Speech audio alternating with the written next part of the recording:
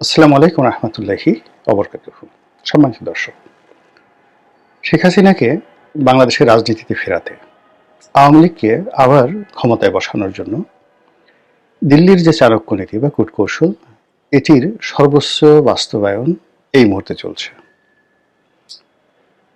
তারা একদিকে বাংলাদেশে যে কনসুলেট অফিসগুলো রয়েছে, দূতাবাসগুলো রয়েছে, যেমন কলকাতাতে রয়েছে, আগরতলাতে রয়েছে, দিল্লিতে আছে দূতাবাস, আর অন্য অফিসগুলো কনসুলেট অফিস, তারপর মুম্বাইতে আছে। তো এই জায়গাগুলোতে খুবই পরিকল্পিতভাবে বিক্ষোভ করাচ্ছে, ভারতীয় নাগরিক যারা আছেন বিক্ষোভ করাচ্ছে, এবং সেখানে যারা উগ্রবাদী হিন্দু রয়েছেন তারা শত শত মানুষ একত্র হয়ে সেই বাংলাদেশ সরকারের জন্য, ডক্টর মোহাম্মদ ইউনূসের জন্য ভীষণ রকম বিব্রতকর এবং পরিস্থিতি, মানে অসম্মানজনক একটা পরিস্থিতি তারা তৈরি করে সেগুলো ইন্টারনেট প্রোটোকলের মাধ্যমে সারা দুনিয়াতে ছড়িয়ে দিচ্ছেন। এবং ডক্টর মোহাম্মদ ইউনূসকে নিয়ে আমরা বাংলাদেশে অনেকে সমালোচনা করি, কিন্তু তার সম্মানহানি হয়, মর্যাদাহানি হয়। এই ধরনের কাজ আমরা বাংলাদেশে এখন পর্যন্ত কেউ করিনি, কিন্তু দিল্লি এটা শুরু করে দিয়েছে, প্রচণ্ডভাবে শুরু করে দিয়েছে। এবং এটি নিয়ে আমি আলাদা একটা ভিডিও করব। তো এটা বর্তমান যে সরকার, অন্তর্বর্তীকালীন সরকার, এটা খুব সিরিয়াসলি কগনিজেন্সি নিয়েছে। কগনিজেন্সি নিয়ে তারা কি করলো, ভারতীয়দের ভিসা বন্ধ করে দিয়েছে। আগরতলা অফিস, তারপরে দিল্লি অফিস, মুম্বাই অফিস, এই তিনটি অফিস থেকে ভিসা বন্ধ করা হচ্ছে, এবং অন্যান্য কনসুলেট অফিসগুলোও আলটিমেটলি ভিসা বন্ধ করে দিয়েছে বা দিবে। এই হলো অবস্থা। এটা ভারত কল্পনা করতে পারেনি। এর কারণ হলো তারা বর্তমান সরকারকে চাপে ফেলার জন্য এই কয়েকদিন আগে বাংলাদেশের যে ভিসা কার্যক্রম, ভারতীয় ভিসা সেন্টারে, সেটা তারা বন্ধ করে দিয়েছিল। কিন্তু এতে সরকার দমেনি। ফলে কি হলো, ভারত অনেকটা নাকে খত দিয়ে স্বেচ্ছা প্রণোদিত হয়ে সেই ভিসা সেন্টারটি চালু করেছে। এরপরে দিল্লিতে যে ঘটনাগুলো ঘটেছে, কলকাতাতে যে ঘটনা ঘটেছে, আগরতলাতে যে ঘটনাগুলো ঘটেছে বাংলাদেশ কনসুলেট অফিসের সামনে বা দূতাবাসের সামনে, এগুলোর কড়া প্রতিবাদ, নজিরবিহীন প্রতিবাদ করেছে কূটনৈতিক পর্যায়ে বাংলাদেশ পররাষ্ট্র মন্ত্রণালয়ের পক্ষ থেকে। আর এই ঘটনার প্রেক্ষিতে যাকে বলা হয় ভারতীয় রাষ্ট্রদূতকে নজিরবিহীনভাবে ডেকে পাঠানো হয়েছিল। এবং আজকে যখন আমি এই ভিডিওটা করছি, আজকের এই দিনটিতে 23 তারিখে আবার ভারতের যে রাষ্ট্রদূত মিস্টার প্রণয় বর্মা, তাকে ডেকে পাঠানো হয়েছে। তো এত অল্প সময়ের মধ্যে পরপর দুইবার আমাদের মন্ত্রণালয় ভারতের রাষ্ট্রদূতকে ডেকে পাঠানো, এটি নজিরবিহীন ঘটনা এবং ভারতের জন্য ভীষণ রকম অবমাননাকর। তো সেই যে ভারতে যে অবমাননাকর পরিস্থিতি, সেই পরিস্থিতি একটার পর একটা ঘটনা ঘটে যাচ্ছে, যাকে বলা হয় যেখানে ভারতের নিয়ন্ত্রণ থাকছে না। সেটা কিভাবে? ধরুন, আমাদের ইতিমধ্যে আমরা সবাই জানি যে রাষ্ট্রীয় প্রোটোকলে ভারতের যারা এজেন্ট রয়েছেন বাংলাদেশে, তারা সরকারের অতি গুরুত্বপূর্ণ জায়গাতে বসবাস করেন বা সেখানে তারা আছেন। তো সেই ক্ষেত্রে এই মুহূর্তে সরকারের যে গুরুত্বপূর্ণ মন্ত্রণালয়গুলো রয়েছে, সেখানে ভারতের অনেক এজেন্ট আছে, এতে কোনো সন্দেহ নেই। আবার এর কাউন্টারে আমেরিকার এজেন্ট আছে, এর কাউন্টে আবার পাকিস্তানের এজেন্ট আছে।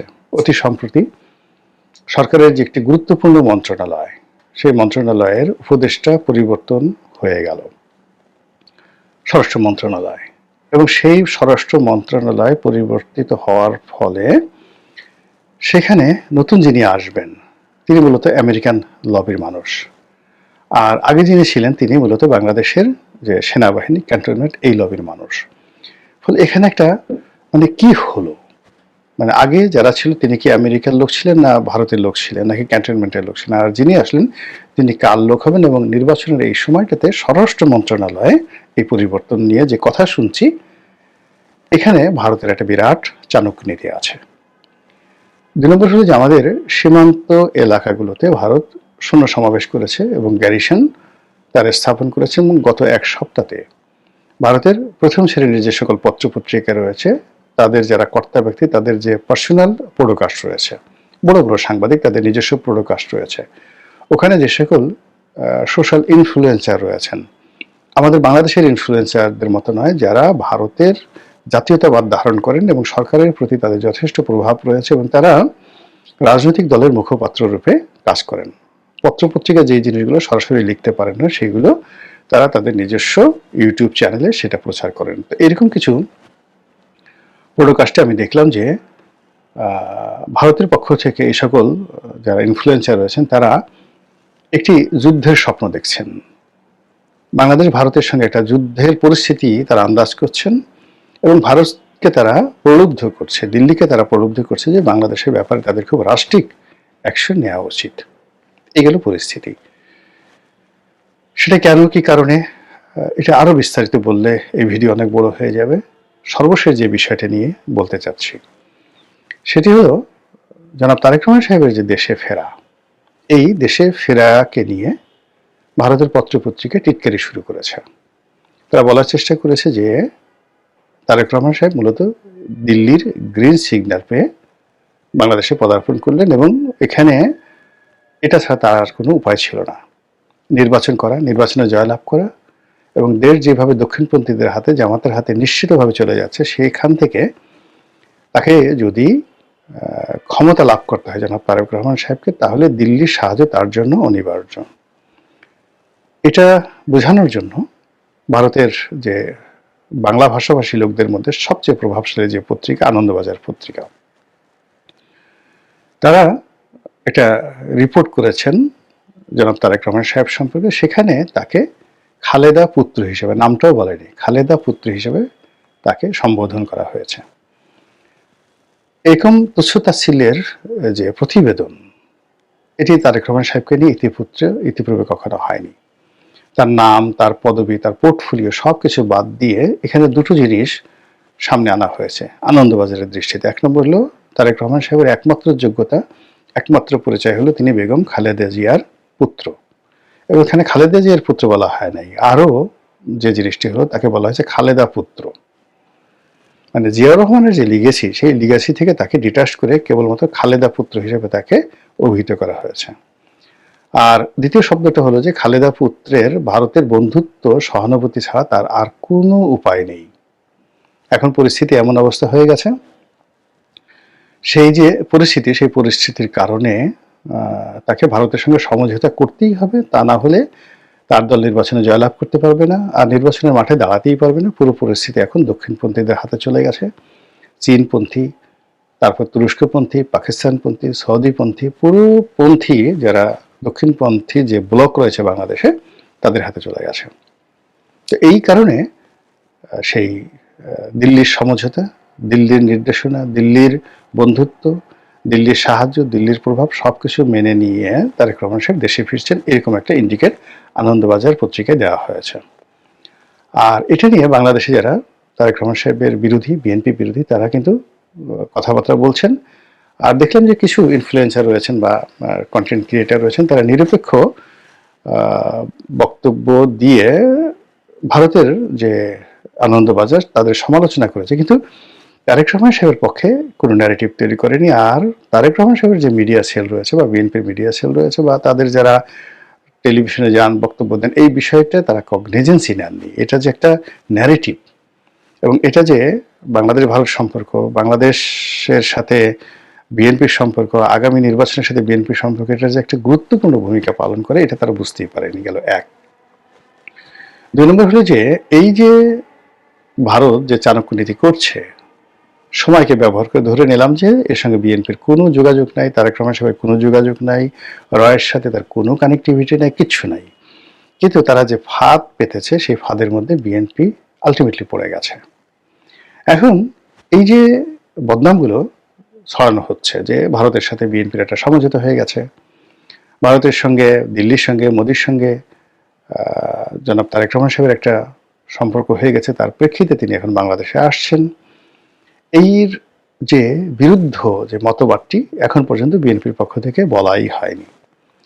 দ্বিতীয় মতবাদটি তারা বলবেন উনি আসার পরে, যে তারেক রহমান সাহেব যে আসছেন মূলত দিল্লির শর্ত মেনে, আর দিল্লির শর্ত হলো আওয়ামী লীগকে পুনর্বাসন করতে হবে, নির্বাচনে অংশগ্রহণ করতে দিতে হবে, অথবা নির্বাচনের পরে বিএনপি যখন ক্ষমতায় আসবে তখন আওয়ামী লীগকে ওয়াক ওভার দিতে হবে এবং আওয়ামী লীগকে রাজনীতিতে পুনর্বাসন করতে হবে এবং এই সময়টিতে যা কিছু হয়েছে সবকিছু বাদ দিতে হবে। এবং এই কথাগুলো যাকে বলা হয় যেভাবে প্রচার করা হবে, সেই প্রচারের বিরুদ্ধে ন্যারেটিভ তৈরি করার জন্য মিডিয়া থেকে শুরু করে অন্য কোনো জায়গাতে বিএনপির শুরু হয়নি। বিএনপি যেটা চেষ্টা করছে সেটা হলো দেশের মূলধারার যে গণমাধ্যম, এখন মূলধারার গণমাধ্যম তো খুব অল্প মানুষ পড়ে। ধরেন প্রথম আলো, ডেইলি স্টার, অন্যান্য পত্রিকা কতজন মানুষ পড়ে, এবং তাদের দ্বারা যারা পাঠক মানে প্রথম আলোর পাঠক তারা মরে গেলেও মানে বিএনপিকে সাপোর্ট করবে না।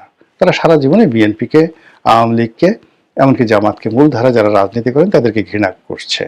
তো কাজে এই মুহূর্তে মূলত অন্যান্য যে সকল পত্রপত্রিকা রয়েছে, তো দেখলাম যে অন্যান্য যে সকল পত্রপত্রিকা যাদের সমাজে ইনফ্লুয়েন্স রয়েছে, যেমন ধরেন ইত্তেফাক আছে, নয়া দিগন্ত আছে, কালের কণ্ঠ আছে, বাংলাদেশ প্রতিদিন আছে, যুগান্তর আছে, এই পত্রিকাগুলোর মাধ্যমে যে একটা ন্যারেটিভ তৈরি করা হবে, সেই ন্যারেটিভ তৈরি করার মতো না আছে লেখক, না আছে কলামিস্ট, না আছে সাংবাদিক। এখন তারা যেটা চাচ্ছে তাদেরকে রেডিশনে এনে খাওয়ালো, তাদের দ্বারা তারেক রহমান সাহেবের প্রশংসা করালো, আর এতেই মনে করলো যে আসলে হয়ে যাবে, এতে করে পুরো পরিস্থিতি আরো তাদের বিরুদ্ধে চলে যাবে। তো যেটা বলছিলাম যে বিএনপির যারা বিরোধী পক্ষ তারা যেটা প্রচার করবে সেটা হলো যে ভারত যে শর্ত দিয়েছে তার প্রধান শর্ত হলো আওয়ামী লীগকে পুনর্বাসন করা, শেখ হাসিনাকে ফেরত আনা ইত্যাদি কাজগুলো। এবং এটা সত্য মিথ্যা ধারে কাছে ব্যাপার নয়, প্রচারণার কারণে দেখা গেল বিএনপির যে সর্বনাশ, রাজনীতির যে সম্ভাব্যতা, এটি একেবারে সমূলে বিনষ্ট হওয়ার আশঙ্কা দেখা দিয়েছে।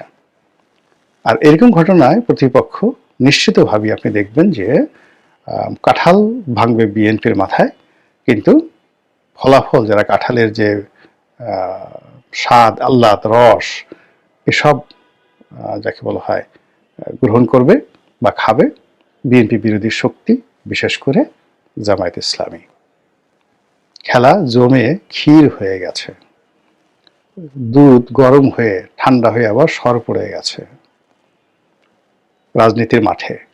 এখন এই সর আপনি কি সর হিসেবে খাবেন, নাকি ঘি বানাবেন, নাকি মাখন বানাবেন, নাকি এটা বেটে আপনার চোখে মুখে দিয়ে নিজের রাজনীতির জৌলুস যৌবন ফিরিয়ে আনবেন, এটি আপনার বিষয়। মহান আল্লাহ আমাদের সবাইকে হেদায়েত দান করুন এবং হেফাজত করুন। আসসালামু আলাইকুম ওয়া রাহমাতুল্লাহি ওয়া বারাকাতুহু।